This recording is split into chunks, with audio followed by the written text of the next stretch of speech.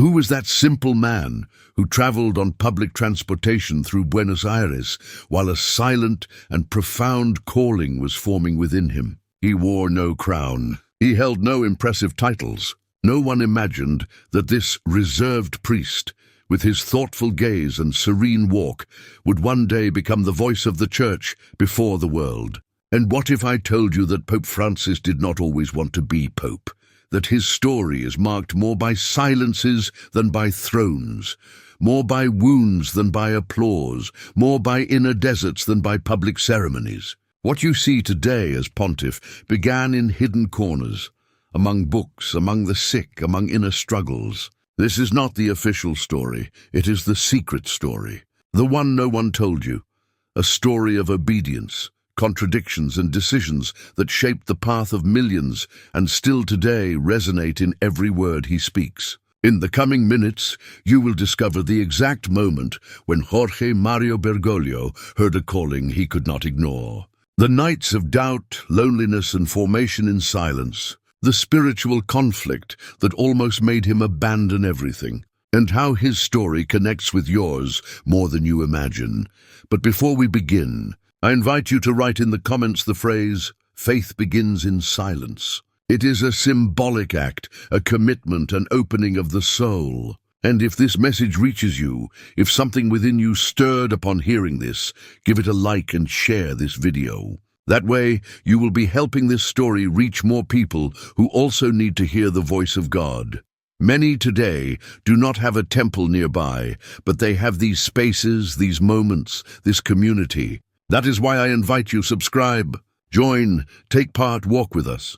Before he was Francis, before he was cardinal, before entering the seminary, he was simply Jorge, a neighborhood boy, sometimes streetwise but always introspective, raised in the Flores neighborhood in a modest home where faith was not a speech, but daily bread. From childhood, something set him apart. He was quiet but attentive, reserved but observant. He did not seek the spotlight. He listened more than he spoke, and in every look he seemed to hold a question that had not yet taken shape. He was not a prodigy nor a natural leader. He was an ordinary child with a soul that already knew how to look inward. His grandmother Rosa was his first altar, a simple woman, one of those who teach you to pray without imposing. With her he learned that faith is not taught with theories, but with example, with tenderness, with perseverance. She spoke to him of God, but also of pain, of the cross, of humility, of what it means to serve without being seen. The neighborhood shaped his body, but silence shaped his soul. Among cobblestones, games with his siblings, and afternoons at Mass, something was forming in him that he did not know how to name, a thirst for the eternal. While others dreamed of being doctors or soccer players, Jorge only sought answers he could not find in books. Something within him whispered that his path would be different, that living together would not be enough, that he would have to give himself, but he did not yet know to whom, or how, or when. He only knew that in the silence something moved, and that was enough. He was 21 years old. Jorge was young, curious, intelligent, but his heart, though full of questions, still did not know how to surrender fully to God. He studied, he went out, he searched, but he did not find. And then, without warning, a shadow fell over his body. A respiratory infection brought him to the brink of death. His lungs collapsed, the fever rose, doctors rushed, and young Jorge, lying in a hospital bed, began to say goodbye to everything he knew. Life slipped away between needles, oxygen, and white walls. He had no certainty of waking up the next day, and it was there, in that cold room, weak, in the moment of greatest fragility, that something happened. It was not a vision, nor a supernatural miracle. It was a deep, unstoppable, absolute certainty. God is calling me, but not with audible words, rather with a presence that embraced him from within, a peace that told him, "Do not fear, this is not your end, it is your beginning." When he recovered, he was no longer the same. Doctors had removed part of a lung. His body took time to be strong again, but his spirit was born in that hospital. There he understood that life could not be lived halfway, nor with selfish plans. nor with empty dreams. There he understood he was alive for something much greater. That illness did not break him. It awakened him. Years later, looking back, he would say that pain was his first vocation. Because when your body gives up and only the soul remains, you hear things that the noise of life does not let you hear. Today, perhaps you too are in a spiritual hospital bed. Perhaps something broke you, a sickness, a loss, a crisis, and you feel that everything has stopped. But remember this. Sometimes God lays us down not to punish us, but to speak to us so we can hear what only silence reveals. The illness had passed, but something inside him never returned to the same. Jorge no longer saw life with the same eyes, not the university, nor his friends, nor even his plans for the future. Something unsettled him, a silent but constant voice, a whisper that did not cease, a presence that did not leave. It was not a logical decision, it was an inner fire. It was not external advice, it was a cry from the depths. One ordinary afternoon, without lights or applause, Jorge understood. He could no longer keep ignoring God, not as an inherited belief, not as a social ritual, but as a real, living, irresistible calling. He began to spend more time alone. He walked the streets of Flores as always, but now every step was a silent prayer. He sat in the pews of the neighborhood church, not as a spectator, but as someone presenting himself before a king. He had no words, only questions. No certainties, only one certainty. I'm being called. He told no one. He was afraid they would not understand, that they would think it was madness, that they would confuse his decision with fanaticism. But he knew God was not forcing him, he was waiting for him. And the day came after months of inner struggle, timid prayer, tears he could not explain. He entered the seminary with trembling feet, with a burning heart, with a yes that was not shouted, but which heaven celebrated like thunder. In his silence he said to God, "If you want me, here I am. I'm not perfect, I have no strength. But if you guide me, I need nothing more." And you, how many times have you felt that calling? Not to a seminary, perhaps, but to change your path, to leave a comfortable life, to serve, to truly believe, to return. How many times have you felt it, but were afraid? Jorge took one step, just one, and God did the rest. The seminary was not a place of immediate answers. It was a sacred desert, an invisible furnace where God began to mold not only the priest, but the man who would one day guide millions. Jorge did not shine in public. He did not seek to be the best, nor did he stand out for his oratory. But he had something rare, a deep silence, a way of looking that seemed to see beyond the moment, a humility that without words began to preach. God was in no hurry, and neither was Jorge. He knew great callings are not born overnight. He knew serving was not a goal, but a daily exercise of obedience in secret. He spent years immersed in study, yes, but even more in reflection, in prayer, in inner struggle. In the seminary, God emptied him of all he did not need. He stripped away pride, confronted him with his doubts, revealed his contradictions. It was not easy. Jorge had moments when he thought of leaving, not for lack of faith, but for an excess of awareness. Who am I for this calling? But in every crisis, God spoke again, not with shouts, but with constancy. He learned to hear God in the details, in the bread shared with companions, in the books read at dawn, in the discipline of silence, in humble confession, in tears only God saw. There in the invisible, a pastoral heart was being forged. Years without pulpits, years without microphones, years without notoriety. But it was those years in the shadows, the years of anonymity, that prepared a man who never sought to be great, but was called to serve from the highest place. Today, perhaps you too are in your spiritual seminary, unrecognized, unapplauded, feeling stuck. But listen, God has not forgotten you. He is shaping you, and those who allow themselves to be shaped in secret are the ones who will uphold the sacred in public. Years had passed, years of silent prayer, deep formation, sleepless nights where the soul broke but also surrendered. And then came the day when Jorge Mario Bergoglio would cease to be simply Jorge and become a priest. It was not just another ceremony, it was a consecration that would mark his life forever. That December 13th, 1969, at just 33 years old, he entered the temple knowing he would not leave the same. The temple was full, but for him it was as if only God were there. His hands trembled, his eyes watered, and as he lay prostrate on the ground, face against the cold marble, the weight of eternity enveloped him.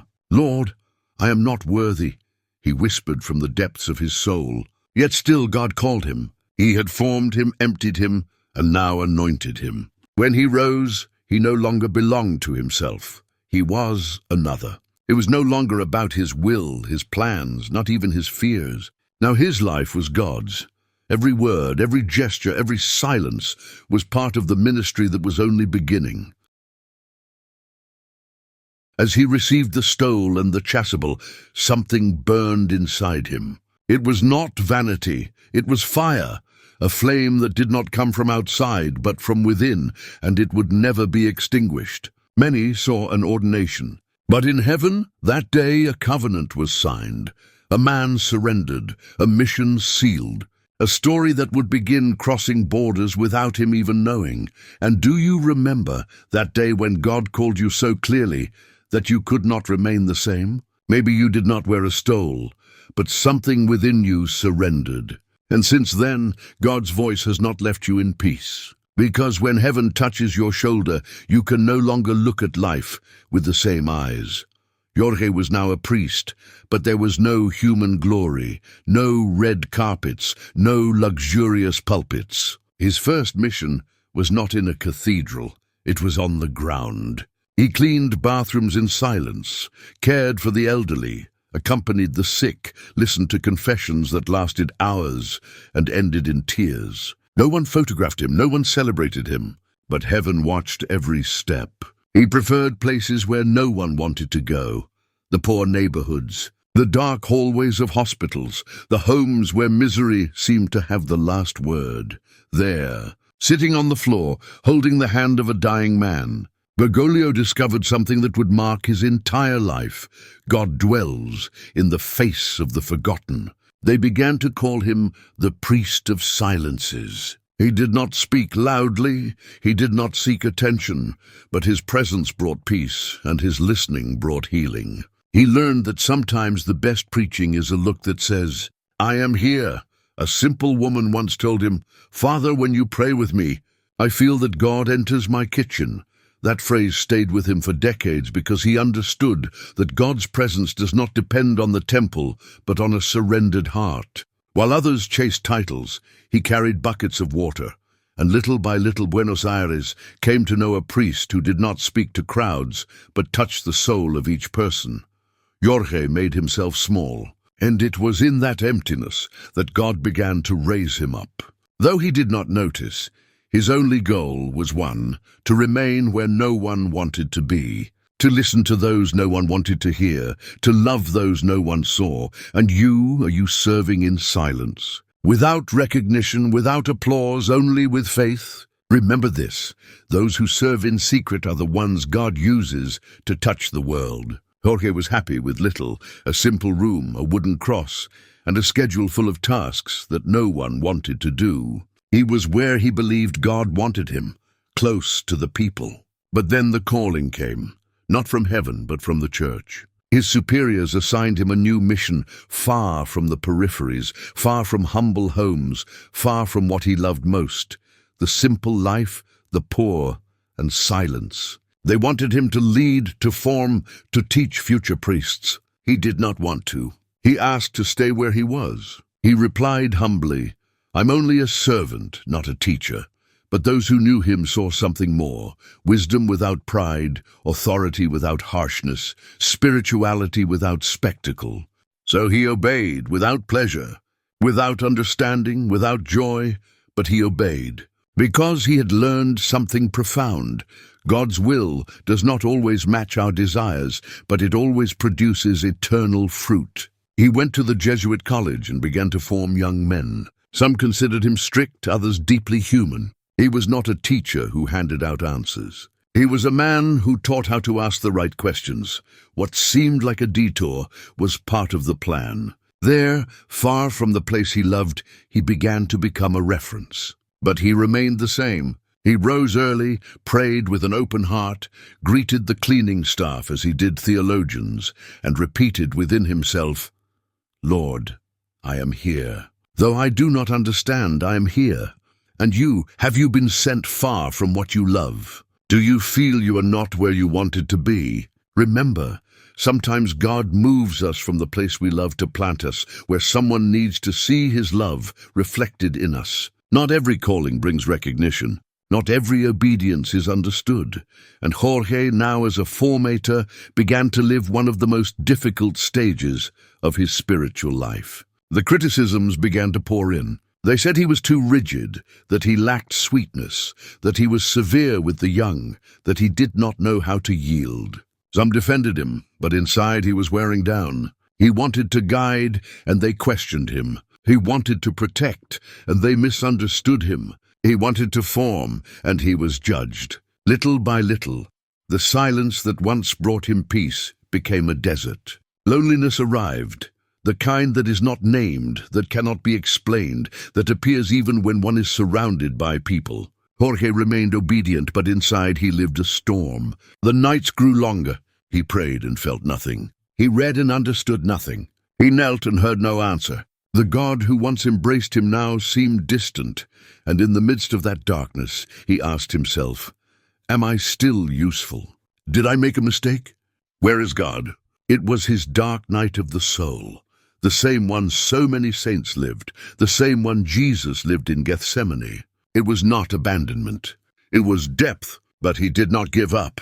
He kept getting up, he kept serving, he kept praying even in dryness, because he had understood that true faith does not depend on feelings, but on faithfulness. And perhaps you too are there in silence, in shadow without shine. But if you remain faithful, you are growing as never before. You are not falling. You are being prepared. After the darkness, after the criticism, after so many prayers without a clear answer, surrender came. Not surrender from defeat, but from the weariness of carrying what only God could hold. Jorge realized he still harbored pride. He wanted to do well. He feared making mistakes. He wanted to please everyone, and all of that exhausted him. Then, alone in a silent chapel, he made the most honest prayer of his life. "If you want me to continue, then continue in me. If you want me to step aside, I will step aside. But do not let me act without you." He did not ask for positions. He did not ask for relief. He asked for one thing, Holy Spirit, and something changed. It was not a visible light. It was a peace, a rest, a silence that no longer hurt but embraced. For the first time in a long time, he felt that God required nothing of him, only his surrender. From that day on, his way of living changed. He remained firm but with more tenderness. He kept guiding, but now guided. He understood that power is not in control, but in docility. It was the day he stopped resisting and began to let himself be led. Do you see? You too are trying to be strong, carrying everything, fixing everything, praying and feeling nothing. But listen, heaven does not need your strength. It needs your surrender. And when you stop resisting, the Spirit will begin to guide you for years. Jorge lived in the shadows, serving without spotlights, guiding without a microphone, loving without being named, and yet the world began to notice him, not because he sought it, but because the Spirit, who had formed him in secret, decided to begin exposing what had been cultivated in silence. They began to entrust him with more responsibilities, first as provincial superior of the Jesuits in Argentina, then as rector of the seminary, later as auxiliary bishop of Buenos Aires, and finally archbishop. Each new post he took with fear, not with pride. Each promotion made him pray more, not boast more. "Why me, Lord? What are you doing with me?" It was the same question he had asked in the chapel years earlier, but now with more weight. He never asked for titles, never dreamed of thrones, never imagined having a chair with his name on it. But when God decides to raise someone up, not even the deepest silence can hide it. and so his name began to circulate beyond Buenos Aires. Rome began to observe him. The ecclesial world began to listen to him. But Jorge remained the same. He took the bus, visited hospitals, had lunch with the archdiocesan employees, celebrated Mass in shanty towns where no one wanted to go. As the spotlights rose, he bowed lower because he feared one thing: I do not want to lose simplicity. I do not want to forget where God called me from. The true ascent in the kingdom of God is not upward, but inward. It is not fame. It is depth. It is not status. It is service. And are you being elevated in something? Maybe you were given a promotion. Maybe you were put in charge of something. Maybe you are beginning to be seen. Remember this: being seen by men does not mean God has finished forming you. Ascent only makes sense if you keep bending your knees. In the eyes of the world, Jorge was ascending. Positions, titles, influence, but within him another silent, persistent, relentless battle was being fought. A war that is not won with speeches, but with truth before the mirror. The struggle against his own ego. Not the ego that seeks power, but the one that disguises itself as zeal, as perfectionism, as I can handle everything. He began to notice it in details, in impatience, in the desire to control, in excessive expectations of himself, in silent judgment toward those who did not think like him. God was not only lifting him up, he was also polishing him, and sometimes polishing hurts. Jorge realized he could preach about humility, but there were still corners within him that did not want to surrender completely. The Holy Spirit would not let him escape that. He confronted him in the intimate place, unsettled him, showed him that the greatest enemy was not the outside world, but his inner self. It was not a public fall.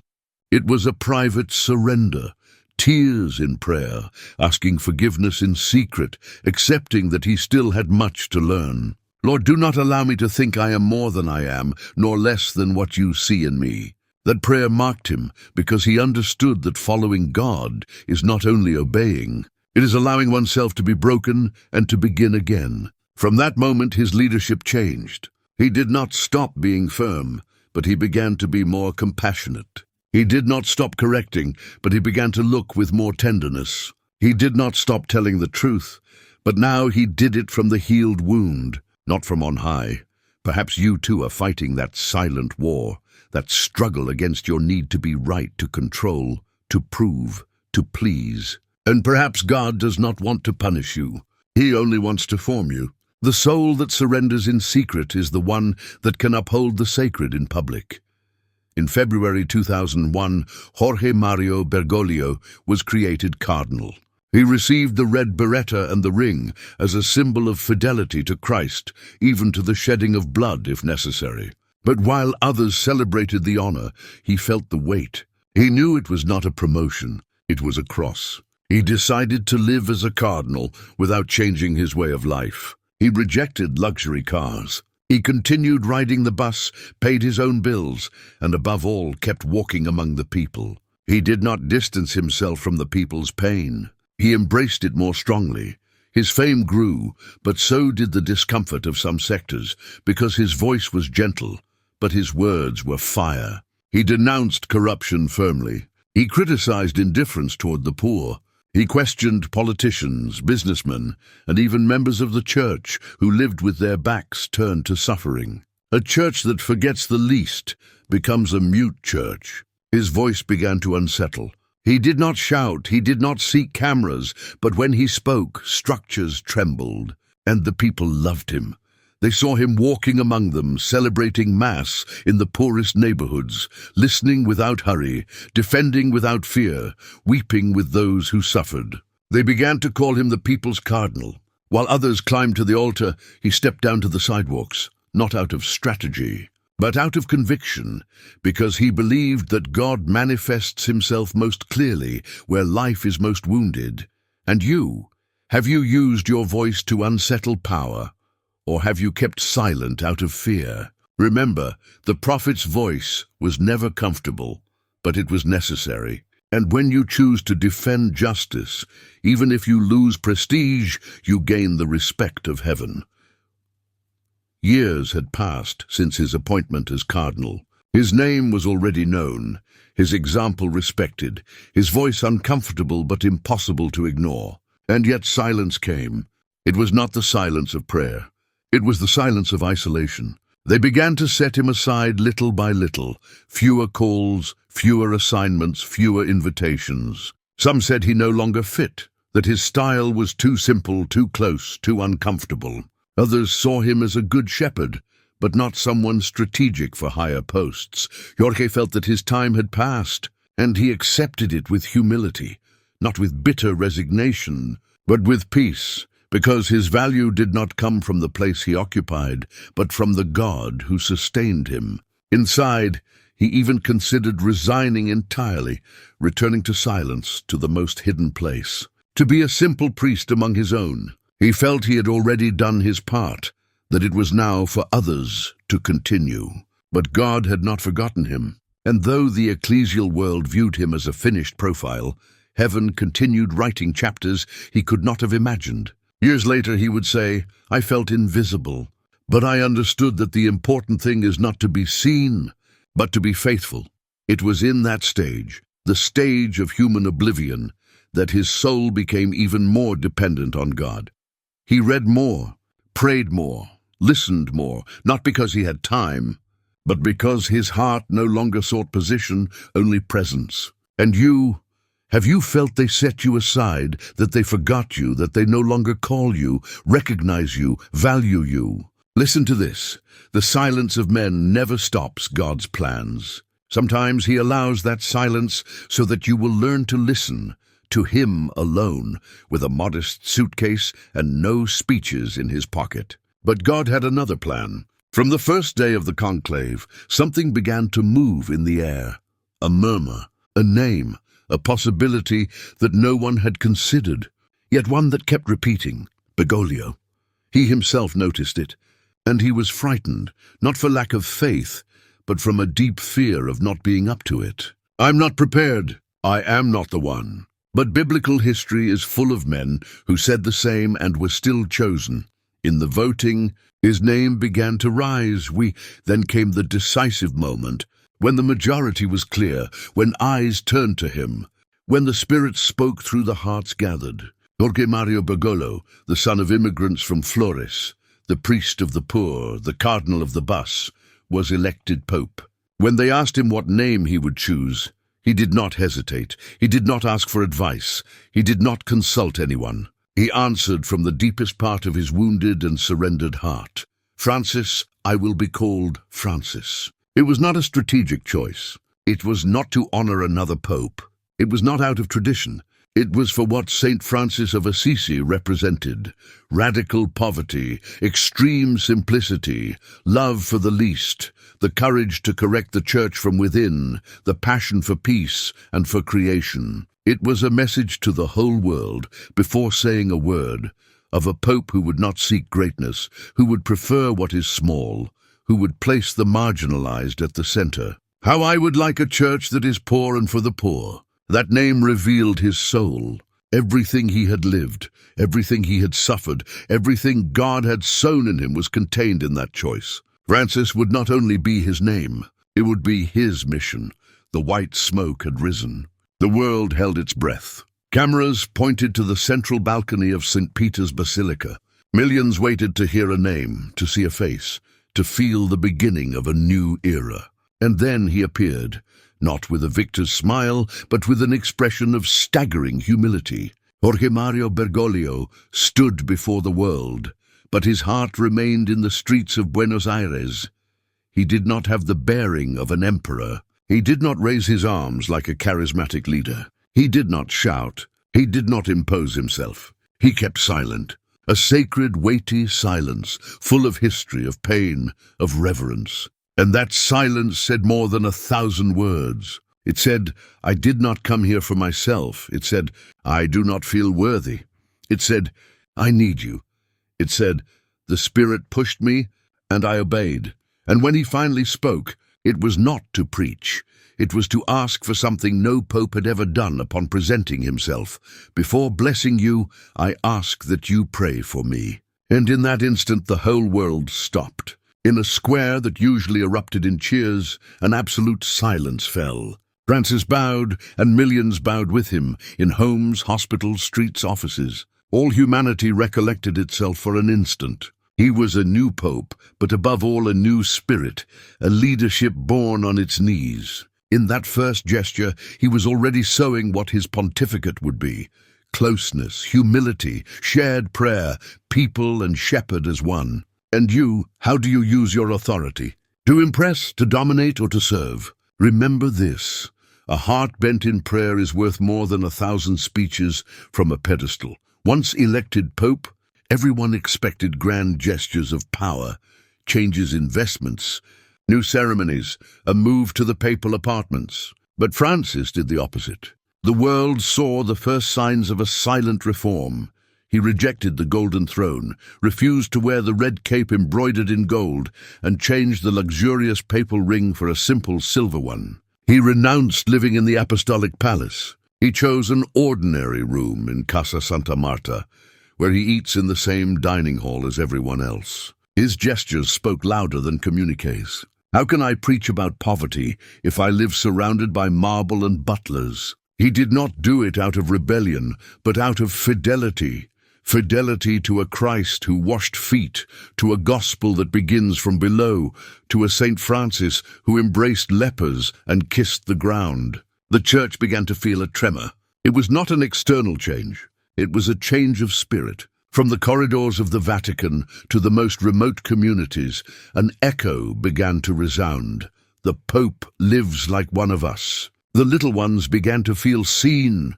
Religious sisters who served in silence, young people committed in humble neighborhoods, priests from the peripheries who had never been heard. They began to believe that they too were a living part of the body of Christ. Francis was not changing structures by decree. He was reforming the soul of the church with a different way of being present. And you, how do you inhabit your space of influence? From on high, from a distance, or from the radical simplicity of one who knows God moves among the humble? Because sometimes the most powerful testimony is not in what we say, but in how we live. The image went around the world, a pope bent in silence, washing the feet of young detainees in a Rome prison. They were not cardinals, not influential figures, not recognizable faces. They were inmates, some Muslims, others women, several carrying painful sentences on their shoulders. And yet there he was, the leader of the Catholic Church, kneeling with a towel around his waist and a basin in his hands. He did not deliver grand speeches, did not ask for cameras, did not seek approval. He simply washed and kissed them one by one. That day the world understood that his pontificate would not be about authority, but about mercy. He washed the feet of those whom society no longer wanted to touch. He kissed wounds that others barely looked at. He raised the least to the most sacred place, the center of Christ's love. For Francis, liturgy is not theater. It is encounter, it is incarnation. It is remembering that Jesus washed the feet of traitors, cowards, and the fragile, and then entrusted his church to them. That scene in the prison was not an isolated gesture. It was a declaration of war on pride, a living teaching on the true gospel, a visual prophecy. As long as I am here, the center will not be the throne, but service. And you, whose feet are you called to wash? Perhaps not literally, but with a gesture, a word, a reconciliation, a surrender of pride, because the heart of Christ is revealed every time we stop pointing fingers and begin to serve. It was a brief interview, but one sentence was enough to shake the entire church. I prefer a church that is bruised, hurting and dirty because it has been out on the streets, rather than a church which is unhealthy from being confined and from clinging to its own security. And he added, the church is like a field hospital after a battle. The urgent thing is to heal wounds. With those words, Francis disarmed centuries of distance. He was not speaking about structures or documents or ecclesial politics. He was speaking of something deeper, the need to return to the broken heart of the gospel. A church that does not flee from pain, not an ivory tower, not a museum of the past, not a place for the perfect, but a refuge for the broken, the abandoned, those who do not know how to pray, but still hope for something from God. A field hospital has no marble, no protocol, no formulas.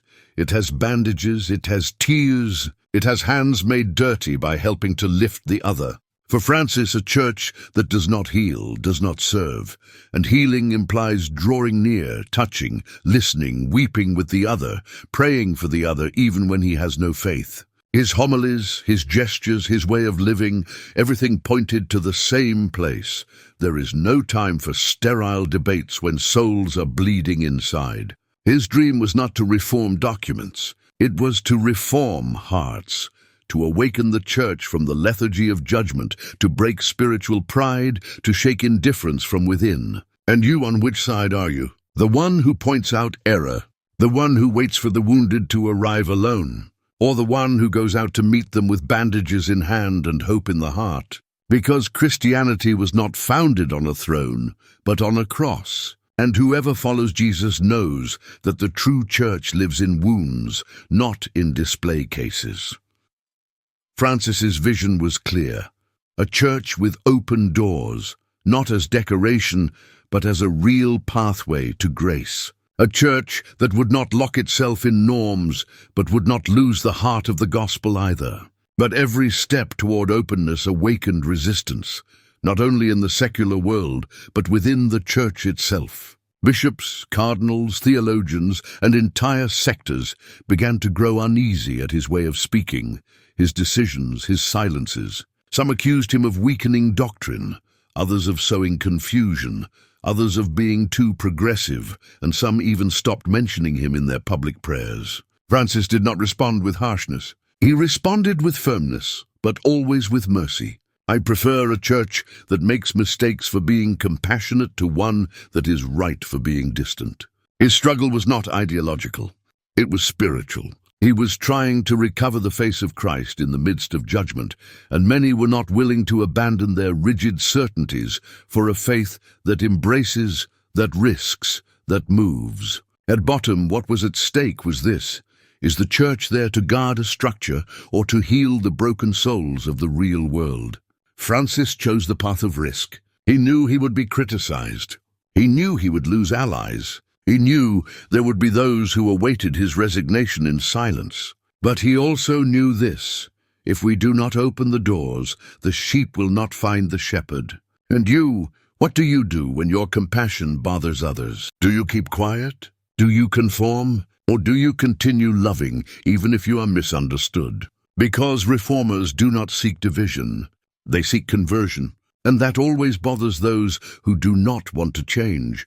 A pope has always traveled, visits countries, celebrates masses, meets with leaders, but Francis travels differently. He does not seek capitals to show off, nor giant auditoriums to speak, nor halls of honor to shake hands. He chooses the peripheries, refugee camps, islands ravaged by wars, regions with non-Catholic majorities, countries ignored for decades, neighborhoods forgotten by tourism, but visible to the eyes of God. His first steps as Pope outside the Vatican took him to Lampedusa, a small Italian island where thousands of African migrants had died trying to reach Europe. There, facing the sea, with a cross made of wooden scraps collected from shipwrecks, Francis spoke one of his most moving phrases: "Who has wept for these people who were traveling to seek freedom?" That was only the beginning. From Iraq to Myanmar, from Central Africa to the Holy Land, Francis embraced open wounds with his presence alone. He prayed with Muslims, wept with victims of hunger, defended indigenous peoples, denounced human trafficking in public squares. He did not carry political solutions. He brought something deeper: presence, consolation, and truth. He did not seek diplomacy. He sought incarnation. His way of traveling spoke of the style of Christ Jesus. He not only preached from the Mount, he also walked among lepers. He slept where no one would receive him, healed where no one dared to enter. Francis understood that, and that is why he went. And you, where are you daring to go? Do you only walk where there is safety? Or are you willing to enter the geographies of pain where no one has yet brought hope? The gospel does not stay seated. The gospel walks with dust on its feet. The Catholic world expected a holy year, but what Francis proclaimed in 2015 was much more than a liturgical calendar. It was a spiritual jolt, a pastoral cry, a door opened from the heart of God. He announced the year of mercy, not as a concept, not as a particular devotion, but as the central axis of the entire gospel. Mercy is not a fad. It is what God is. And if the church does not live it, it is not fulfilling its mission. For a year, the doors of thousands of churches were opened symbolically as doors of mercy. But Francis made it clear, it is not stones that save, it is the heart that welcomes. The message was direct. Draw near even if you do not feel worthy. Return even if you think it is already too late. Ask forgiveness even if you do not know how. Forgive even if it hurts. Stop carrying what Christ has already paid for. He himself crossed the first door, not in Rome, but in Africa. There, in a humble cathedral in Bangui, capital of the Central African Republic, surrounded by weapons, tension, and poverty, Francis opened the first holy door of the Jubilee. From here the year of mercy begins, from the periphery, from the wound. That was not a gesture. It was a spiritual revolution. Millions returned to the faith. Others were reconciled. Others broke down in the silence of a confessional after years away. And you, do you need that mercy? It is not theory. It is an opportunity, one that cannot be bought or earned, only received. Because while many build walls, God opens doors. When mercy is true, it is not decorative, it is scandalous. Pope Francis understood this very well when he decided to place forgiveness at the center of his pontificate. He did it with words, yes, but also with gestures that made even the church uncomfortable. He visited maximum security prisons, heard the confessions of murderers, embraced people who had committed atrocious crimes, prayed with them, looked them in the eyes and said, "You are not outside the love of God. If you let him in, he begins again with you." For some it was unacceptable. How can a pope treat with such tenderness those who destroyed lives? How can he raise his voice without punishment? How can he forgive? But Francis's answer was as simple as it was devastating. Who am I to close the door that Christ left open on the cross? For him, forgiveness was not a pastoral strategy. It was an evangelical scandal. Jesus did the same. He forgave the adulterous woman, the thief on the cross, Peter after denying him, those who crucified him. Why then should the church do anything else? Francis remembered this in every homily, in every interview, in every silence filled with tenderness. No one is lost forever. Hell begins when we stop believing in the possibility of return. And you, have you already forgiven, or do you still hold stones in your hand? Whom do you need to look at as God looks at them? Yourself, someone else? Because only those who have been touched by mercy can extend it without measure. He did not say it in public. He did not announce it in a square. It was not a press conference. It was a whisper in solitude, a silent prayer through tears, a raw human moment where even the strongest pope felt overwhelmed. The weight of the world had fallen on his shoulders. Abuse scandals, internal resistance, external misunderstanding, criticism from inside and outside, the pain of millions and sleepless nights. Francis was not a superman. He was a shepherd with pain in his hip, with difficulty walking, with a burden that did not lighten even with the most fervent prayers. And there was one day, just one, when he thought of resigning, not for lack of faith but from sheer exhaustion. Lord, if I have already done my part, should another continue? It was not desperation. It was humanity, sincere vulnerability. But something happened in the middle of that prayer. It was not a vision, not a voice from heaven. It was a memory, the memory of the people's hands, of the sick who kissed his fingers, of the children who looked at him with hope, of the prisoners who wept on hearing him say, "God loves you," of the indigenous peoples who found in him a voice. And then he understood, this is not about me. I'm not the center. I'm only an instrument, and as long as I can, I will go on. That night he did not resign. He renewed his surrender, and since then every day he repeats a phrase in his heart: Lord, use me until my last breath, and when I can no longer go on, let my silence also speak of you. You too may have thought of giving up your mission, your faith, your service. But listen, tiredness is not a sign of defeat. It is a sign that you are giving everything. If you place that tiredness in God's hands, He transforms it into new strength. He is the most recognized face in the world.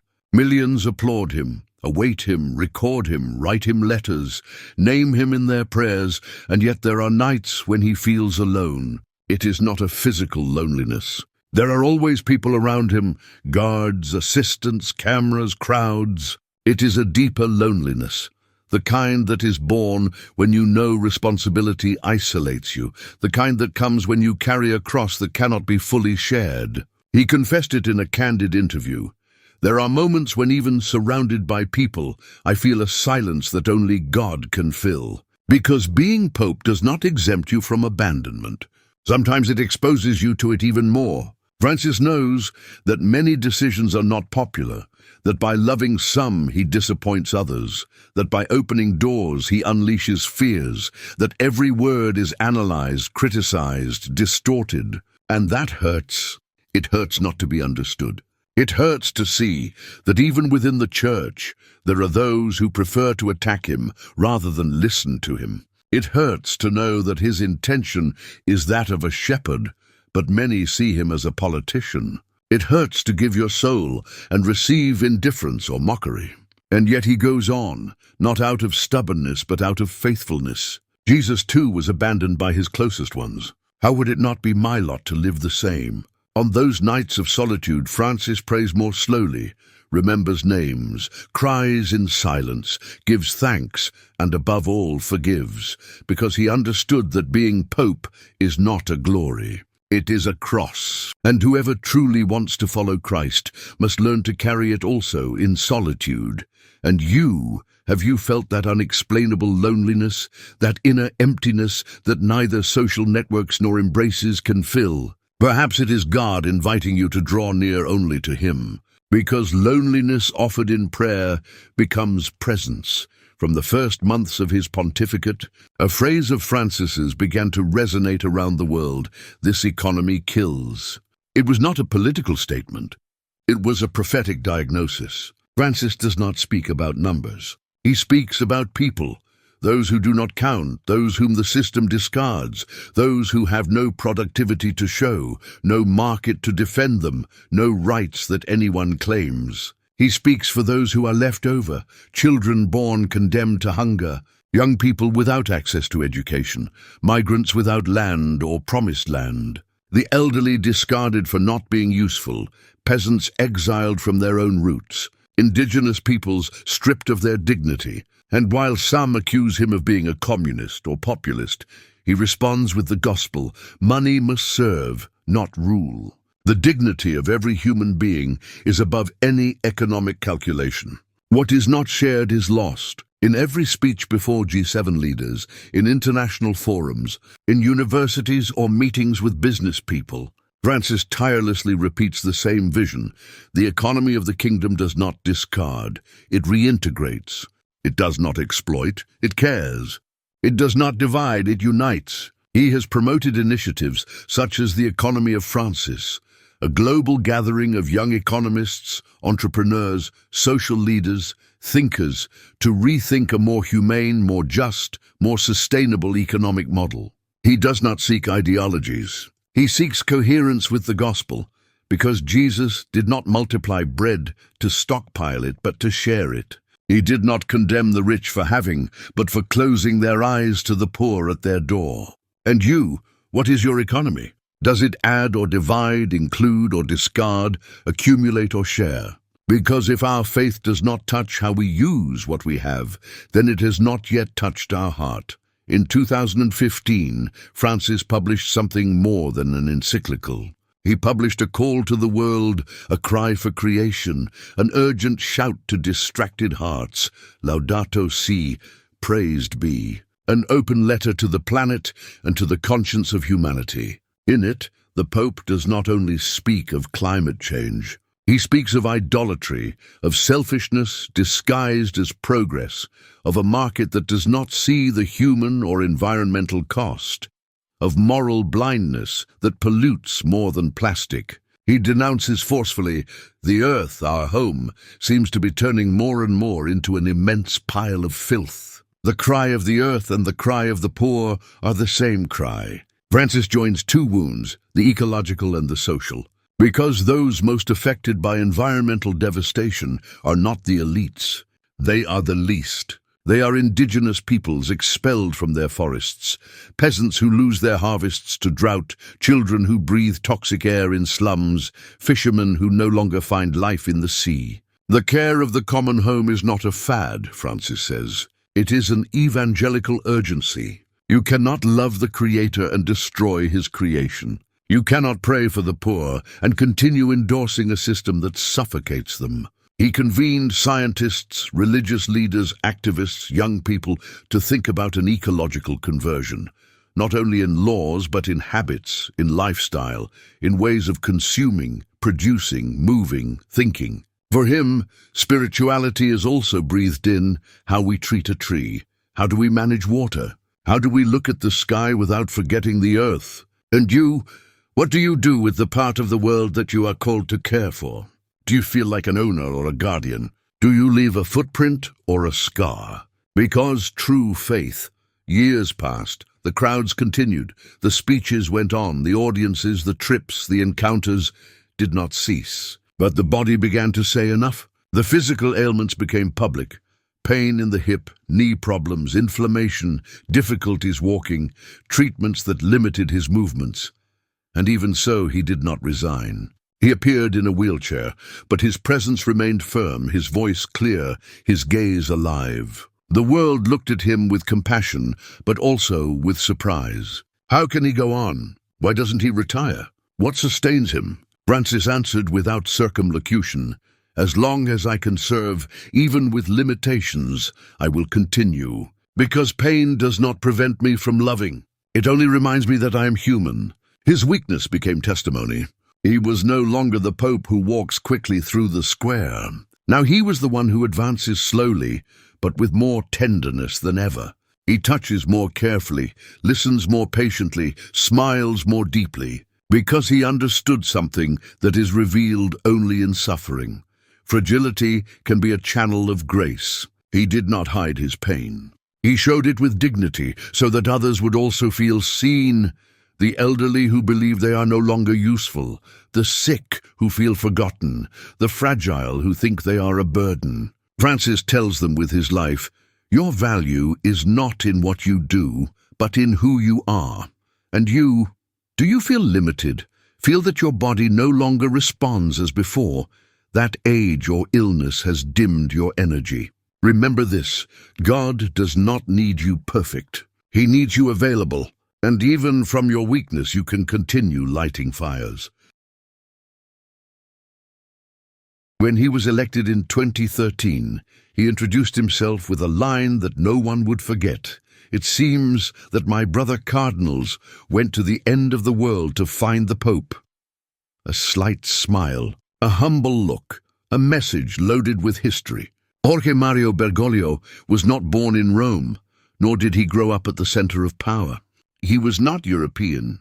He had no patrician surname. He was the son of a railway worker, the grandson of Italian immigrants, raised in a simple neighborhood of Buenos Aires, marked by the simple faith of his grandmother, formed by pain, silence, and compassion. And yet, from that end of the world, God raised him up to speak to the whole world. Francis does not represent only one country. He represents a hope. The hope of millions who never imagined their story mattered, of the invisible, of the distant, of those who pray from the kitchen, not from the altar. In him many saw a living prophecy, of a God who does not choose the great but the available, who does not need titles but surrender. A Pope who did not arrive with promises of glory, but with a whisper, pray for me. Today, beyond the controversies, disagreements, judgments, Francis has already marked history as the first Latin American Pope. As the first Jesuit to be elected, as the one who dared to ask uncomfortable questions, as the one who spoke more strongly of love than of punishment, but above all, as the man who never forgot where he came from, and for that very reason never stopped looking where Jesus looks, the least. And do you think your story is small? That your place does not count? That your accent or your neighborhood limits you? Remember this: God does not ask where you come from. He asks if you are willing to go wherever he wants to take you. We see him on balconies. We hear him in speeches. We read his encyclicals, his gestures, his messages. But behind that white figure, that planetary symbol, there is a man who also cries. Not public tears, but those that fall when no one is watching. For the wars he cannot stop. For the abuses committed within the church he loves so much. For the divisions among Christians that seem not to heal. For the poor who continue waiting for justice. For the children who will not see the future they deserve. Francis weeps not as a sign of weakness, but as the fruit of a love that no longer fits into words. He once confessed, "I pray at night and sometimes I cry. I give to God what I could not resolve, the souls I did not reach, the brothers who judge me, and the sorrows I no longer know how to bear." Because being Pope does not mean having ceased to be human. It perhaps means having learned to be so more deeply. He did not harden. He did not armor himself. On the contrary, he allowed every story he heard to open his heart wider. His tears, though invisible, water a church thirsty for truth, a church that needs leaders who are not afraid to feel, who are moved by others' pain, who do not flee from wounds. And you, do you allow yourself to cry, or do you hide your tears for fear of seeming weak? Because crying is not surrender. It is recognizing that the soul is still alive, that you still hope, that you still love. The tears no one sees are the ones heaven hears the most. Many expect a pope to have all the answers, to speak quickly, to opine on everything, to react to every crisis with clear and forceful statements. But Francis sometimes remains silent, not for lack of conviction, but out of reverence, out of respect for mystery, out of humility before pain. He has been criticized for that, for not speaking immediately on certain issues, for keeping silence in the face of some tensions, for not responding with the speed of social networks. But those who know him closely know that his silence is not omission, it is listening. For him, listening is more sacred than speaking, because that is how Jesus did it. He let the other speak. He waited for the heart before the opinion. He embraced before correcting. Francis listens to his people, to the mother who weeps at an audience, to the bishop who doubts, to the young person who left the church, to the elderly person who asks if his life still has value, to the priest who has lost his faith but continues to serve. He once said, "Listening is more than hearing. It is letting the other enter and transform you." His way of shepherding is unhurried. He walks slowly, not only because of his body but because of his soul. He does not want to trample processes. He does not want to impose truth without first touching the heart. In his synods he insists we do not come to debate. We come to discern. And to discern we must listen to the Spirit and to the brothers. And you, do you truly listen, or do you just wait your turn to speak? Because sometimes the greatest act of love is not to say something brilliant, but simply to remain present while the other breaks inside. From the first day of his pontificate, Francis has been loved by millions and also harshly criticized by others. He has been called a heretic, a modernist, too soft, too rigid, a populist, a communist, even the worst pope in history.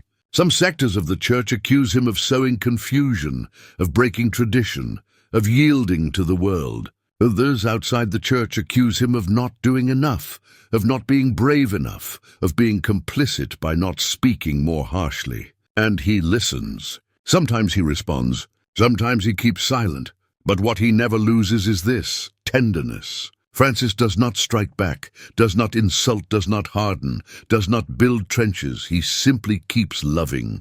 I'm not here to please everyone, but to be faithful to what I believe God asks of me. His shield is not pride, It is compassion. It is the deep conviction that the gospel is not defended with violence, but with coherence. He knows that all reform unsettles, that those who love the most are sometimes the most beaten, that Jesus was also criticized for healing on the Sabbath, for eating with sinners, for touching lepers, for loving without conditions. And so he goes on, not from power, but from the cross, from that uncomfortable place where truth does not need to shout because it is already incarnate. And you, how do you handle criticism? Do you grow cold? Do you harden? Do you stop loving? Remember, you are not what they say about you. You are what heaven sees when no one defends you. Francis does not only preach with encyclicals, does not only teach from the balcony of St. Peter's, does not only reform through official documents. He preaches with small, silent gestures, invisible to the cameras but indelible to the soul. On one occasion, he interrupted a diplomatic motorcade to approach a homeless man sitting on a corner of the Vatican. He shook his hand, looked him in the eyes, and sat down to listen to him. There was no speech, only presence. Another day, before heading out to a public audience, he asked to stop the car. He had seen a mother carrying her sick child. He got out, blessed them, spoke to them in their ear, and continued. He writes letters to prisoners, receives calls from people who write to him, telling him about their struggles. Sometimes he visits convents in secret just to give thanks for silent prayer. When he meets children, he kneels. When he sees the elderly, he takes his time. When there is noise, he embraces silence. And those gestures are pure gospel, because Jesus also went unnoticed by those who only expected spectacular miracles, but became unforgettable to those who received a single gesture from him. There is no small gesture when it is done with love, says Francis. In a world of grand productions, he continues to bet on the whisper, on the slow step, on deep listening, on unexpected tenderness. And you, what gestures do you preach with?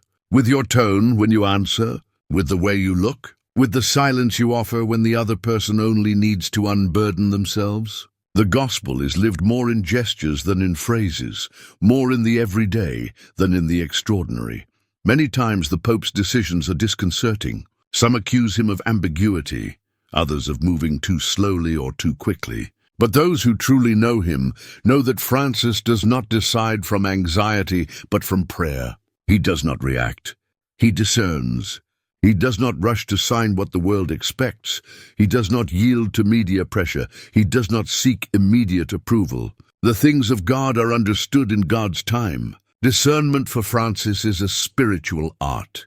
It is listening to the voice of the Spirit among so many human voices. It is allowing oneself to be unsettled.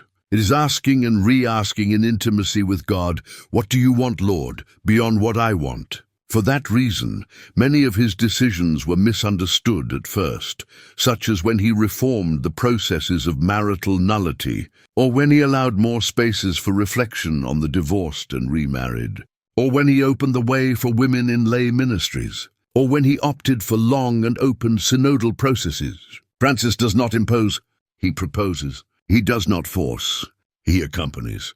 He does not resolve everything immediately, because he knows that the wounds of God's people are not healed by decrees, but with presence, listening, and time. He lets himself be guided by a higher voice, a voice that does not shout, that does not pressure, that does not threaten, a voice that whispers. Only the one who is capable of waiting in silence can hear what the Spirit is saying to the Church. And you, from where do you decide? From urgency?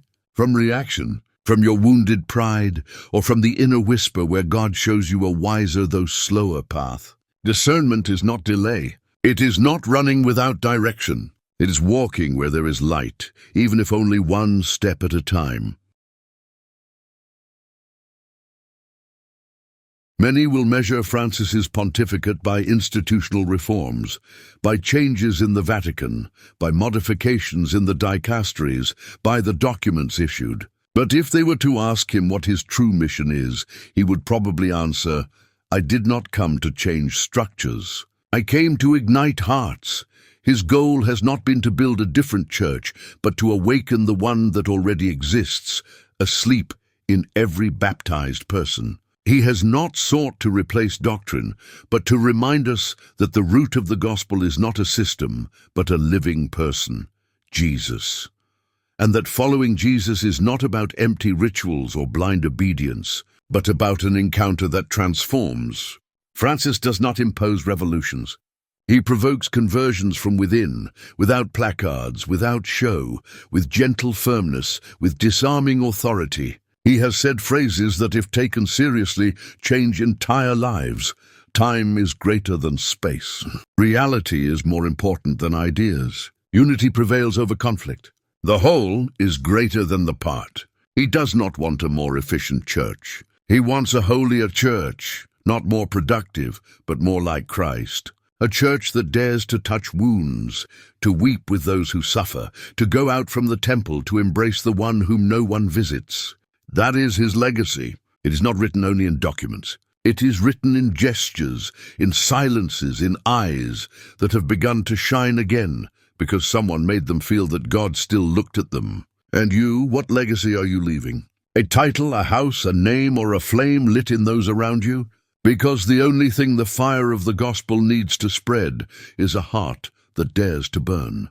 Not everyone understands his decisions. Not everyone shares his ideas. Not everyone follows him out of doctrinal conviction, and yet millions feel him close, intimate, familiar. Why? Because Francis does not speak only as a leader. He speaks as a father, not from the pulpit of judgment, but from the chair of the one who listens, who welcomes, who waits with open arms, even when the child has not yet decided to return. There is something in his gaze, in his tired smile, in his way of touching, of bowing, of blessing without haste, that conveys something very rare in this world: spiritual security. Many write him letters saying, "I don't know why I cry when I hear you speak. I feel that you understand me, even though you've never seen me. It is as if you were speaking just to me," because spiritual fatherhood does not need physical contact. It needs authenticity, humanity, coherence. And Francis offers that with his life. Even those far from the church, non-believers, those wounded by harsh religious experiences, have said that he is the closest to God they have felt in years. Not because he is perfect, but because he loves without conditions, like a father who no longer wants to impose, only to embrace. Like a father who is not naive, but still believes that love transforms more than guilt. And you, whom are you helping to feel like a child again? Who can say they have experienced something of God through you? Because sometimes the best testimony is not theological. It is paternal, and a heart that loves like a father opens paths that no doctrine can open. He knows, from the beginning he knows, that he is not eternal, that his mission has a time, that each step he takes brings him closer to the moment of giving himself completely. Francis does not fear death.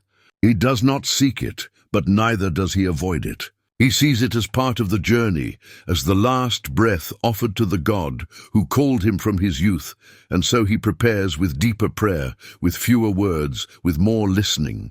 He has begun to set in motion processes he will not see completed, but which, if sustained with faithfulness, will be seeds of renewal for the whole church. Some think his legacy will be incomplete, but he does not think about legacies. He thinks about faithfulness. God will not ask me how much I achieved. He will ask how much I loved. In some recent interviews, he has shown himself open to resigning if he feels he can no longer guide. He does not cling to the office. He does not need the throne, because his heart is already surrendered and his faith is at peace. He is not building a monument.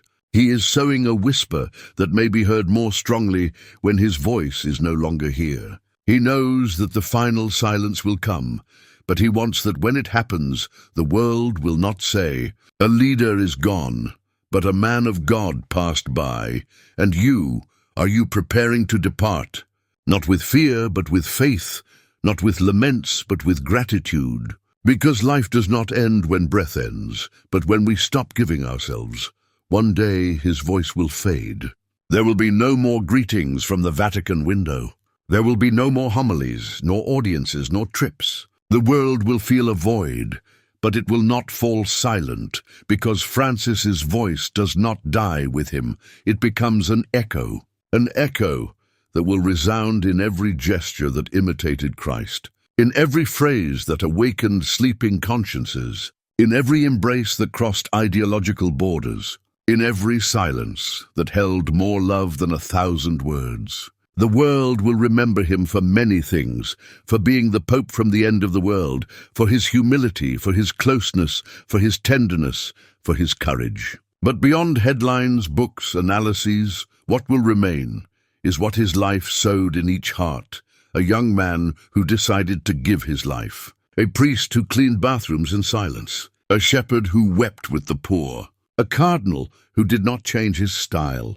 A pope who chose to call himself Francis. I prefer a church that is bruised because it goes out into the streets than one that is sick because it locks itself in. Do not be afraid of tenderness. Pray for me. The echo of his voice will continue guiding many who never knew him personally, but who found him in the face of a God who became close thanks to him. And you, what echoes are you leaving? Because it is not about being remembered. It's about leaving something that still speaks when you're no longer here. And one day he departed. There were no thunderclaps, no empty headlines, only a whisper that traveled the whole world. The Pope of gestures, the shepherd of the least, the man of God has gone. In Rome, the bells did not sound as in other funerals. They sounded softer, slower, as if they too knew they were not bidding farewell to just any pontiff, but to a soul that had chosen to love without measure. He did not depart as a head of state. He departed as a father, as a servant, as a brother, a man who did not cling to power, who asked for prayers more than applause, who chose the wheelchair over the throne, who preferred the gesture over the decree. His body was laid out in the simplicity he always preached. No golden crowns, no unnecessary luxury, only a wooden cross, an open Bible, and thousands of broken hearts who felt him as close as if he were a member of their own family. They came from every corner, pilgrims from Africa, grandmothers from the interior of Argentina, leaders of other religions, young indigenous people from the Amazon, trans people, the poor, migrants, ex-prisoners, politicians, artists, all united for a single reason. They had been touched by his tenderness. No one left the same after meeting him, even those who did not understand him, even those who criticized him, even those who believed in nothing, because Francis did not try to convince. He tried to embody, and that taught us that the gospel is not in the marble of temples, but in the mud of real life, that one can be firm without being harsh, brave without being aggressive, holy without being perfect. What did he leave us? He left us the hope that the church can be a home, that error is not the end, that faith is not a code, it is an embrace. He left us a model of leadership that listens, that kneels, that weeps in silence, that washes feet, and that never stops looking into people's eyes. He left words that are already part of our collective conscience. I prefer a church that is bruised because it goes out into the streets than a church that is sick because it locks itself in. Time is greater than space. Tenderness is not weakness. Pray for me. He left silences that spoke more than speeches, gestures that transformed more than encyclicals, and a flame that today burns in thousands of communities, in young hearts no longer afraid to serve, in shepherds who believed in shepherding again, in women who raised their voices without resentment, in marginalized peoples who once again felt like children, and now it is our turn. The world does not need another Francis. It needs Christians who believe in the same Christ he believed in, with the same passion, with the same courage, with the same radical tenderness. His death did not close a cycle. It opened a mission. Because every time a child is embraced, every time a grandmother prays for her neighborhood, every time someone defends a migrant, every time someone listens instead of shouting, the flame of Francis is lit again. Today, heaven has one of its most faithful servants at home, and the earth has a living story to continue. If this story has ignited something in you, write it in the comments. Thank you, Francis. Your light keeps burning in me, and make sure this story does not stay here. Make your life the continuation. Make the gospel visible where no one else dares to take it. Because he is gone, but God remains. And as long as there is love, Francis has not died. You have come this far. You listened to every part. You walked through memories, tears, gestures, silences. Now the story is no longer on the screen. It is in your hands. And now what? What are you going to do with what you heard?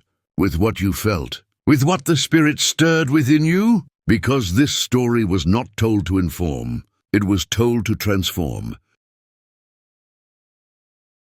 Francis does not need you to applaud him. He needs you to be converted, to rise up, to look around you, and also begin to build a church that is more alive, more humble, more courageous, more compassionate. Do not wait to be Pope to make a difference. You can start today by loving more, listening better, embracing without conditions, praying with truth. Forgive the one who has not yet asked you for forgiveness. Visit the one whom no one visits. Be silent when you feel judgment. Speak when you see injustice. This story is now yours. You are the continuation. You are the next page. You are the voice that can keep saying what Francis shouted with his life.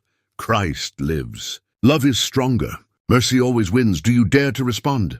If this story touched your heart, share this video with someone who also needs to feel that God has not forgotten us. Leave a comment with the phrase, "Love keeps burning." That way I will know you stayed until the end, that something ignited within you, that you will never look at the world the same way again. And before closing, remain in silence for a few seconds. Let the music surround you. Close your eyes, thank God, and if you can, whisper a prayer for Pope Francis, because since the very first day, he has kept asking for only one thing. Pray for me.